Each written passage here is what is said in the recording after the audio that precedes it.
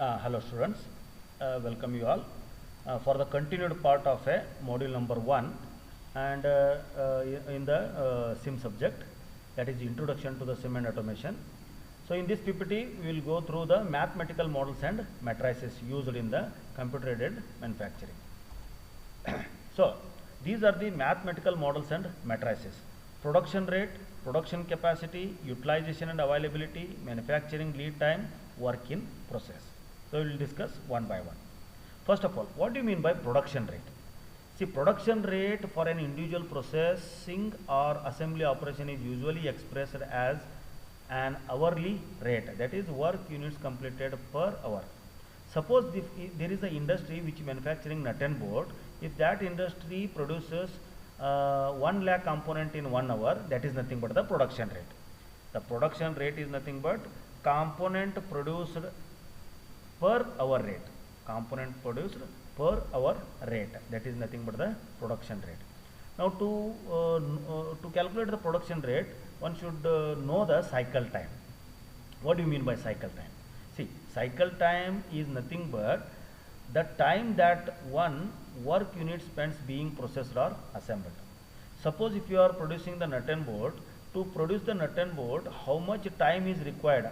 How much time the raw material is spent on the machine to convert from raw material to final product? That is nothing but the cycle time. Now the cycle time is consisting of actual machining operation time, work part handling time, tool handling time. Let us consider the lathe machine, right? You are producing one component on a lathe machine. Now how the cycle time is going to be decided? For the actual machining operation time means how much time is required to process the operations.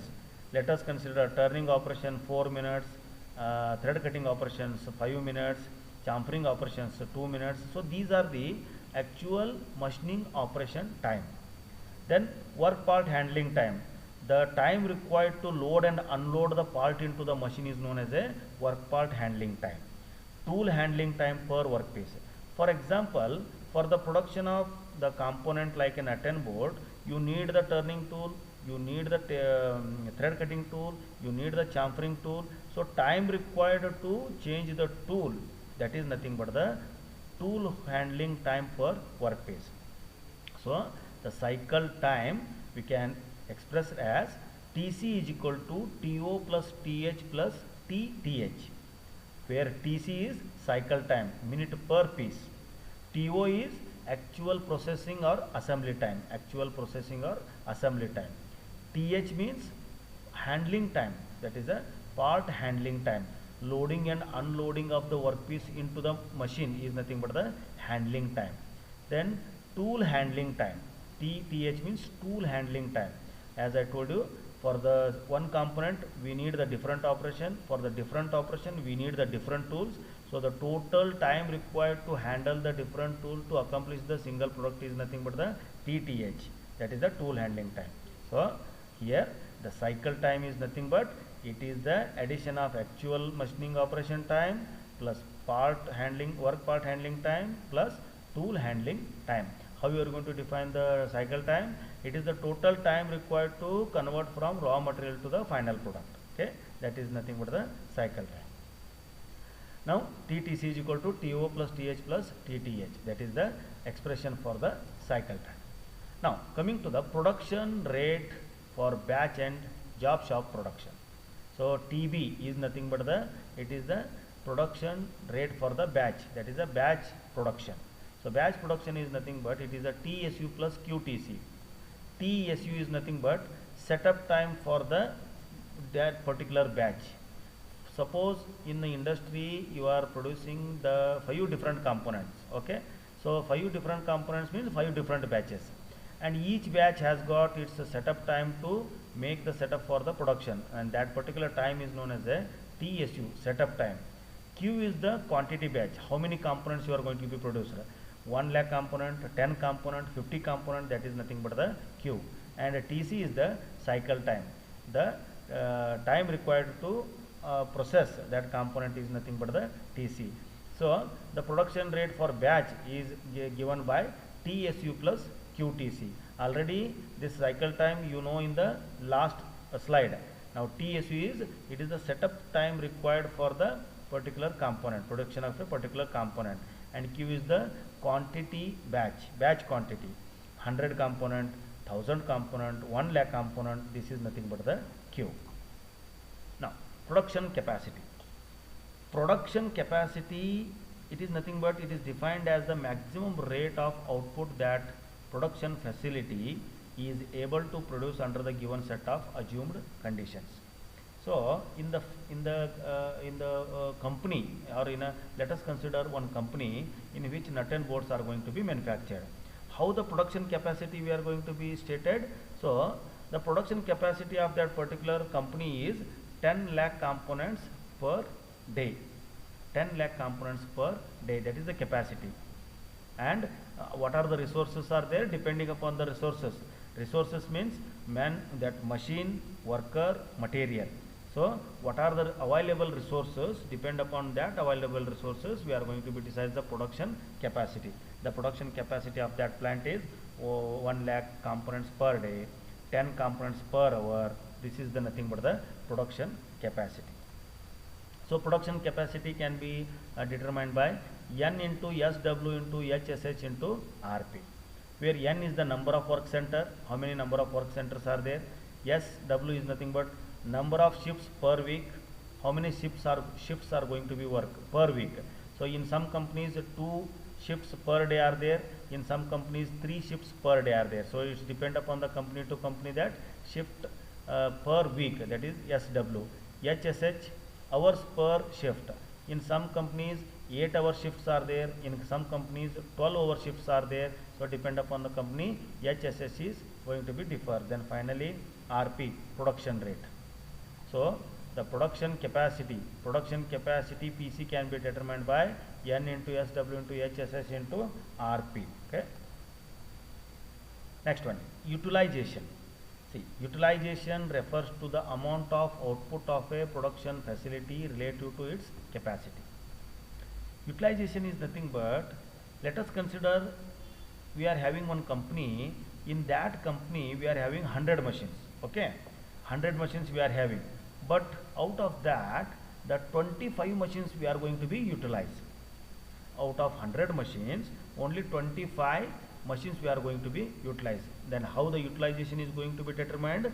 Determined by 25 divided by 100. 25 is the output, that is we are using that only 25 machines for the production, that is output. But the capacity is nothing but the 100 machines. We are having the 100 machines. So utilization can be determined by output to the capacity, Q divided by PC. Q divided by PC. Q is the actual quantity produced by the capacity during the given period of time, and PC, capacity, is production capacity for the same period.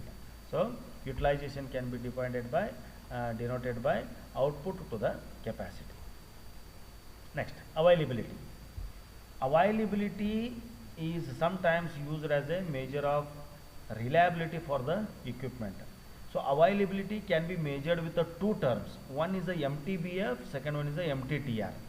MTBF is nothing but mean time between failure. MTBF means mean time between failure, and MTTR means mean time to repair. Mean time to repair. Let us consider we are having one company in which 10 machines are there. Assume that the 2 machines were breakdown. 2 machines were breakdown. Now what is MTBF? Mean time between failure. So one machine is breakdown at 10 AM and other machine is breakdown at 11 AM. So the mean time between the 2 failure is 1 hour. And mean time to repair means, so once the machine get breakdown, how much time is required to repair that machine? How much time is required to repair that machine? That is the MTTR. Therefore availability can be determined by MTBF minus MTTR divided by MTBF. MTBF minus MTTR divided by MTBF. That is mean time between failure minus mean time to repair divided by mean time between failure is nothing but the availability. I hope it is clear. What is availability? Availability means, suppose if the machine get breakdown, then what is the frequency, mean time between failure? One machine get breakdown at a 10 a.m. Another one machine is get breakdown at a 12 p.m. So the mean time between failure is 2 hours. But what is the mean time to repair? To repair that breakdown machine, how much time is needed? That is nothing but the MTTR. And the availability can be determined by MTBF minus MTTR divided by MTBF. This is nothing but the availability.